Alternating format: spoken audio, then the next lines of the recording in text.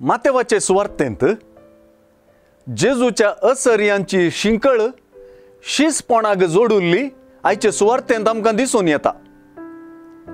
जेजून मोनो देवसार लागल्ल्याक गूण केल्लें अचर्ये जेजू उदेशी दोन प्रतिक्रियांक कारण जाता।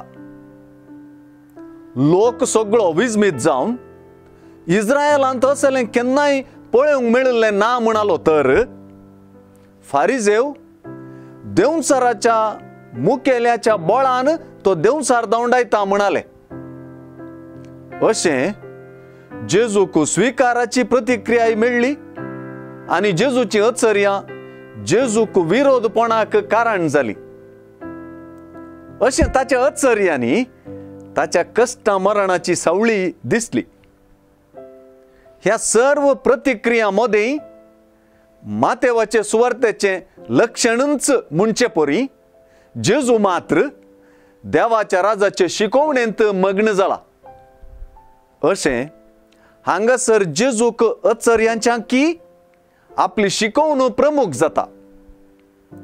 जेजू शिकयत आनी देवाच्या राजाची बरी खबर पाचारीत आनी हरेक तराची पिडा शिडा गूण करीत सर्व शहरांनी आनी हळ्यांनी भोंवतालो म्हणल्या उतरांनी आमी शिकवणेची गजाल पयले येवची पळयता।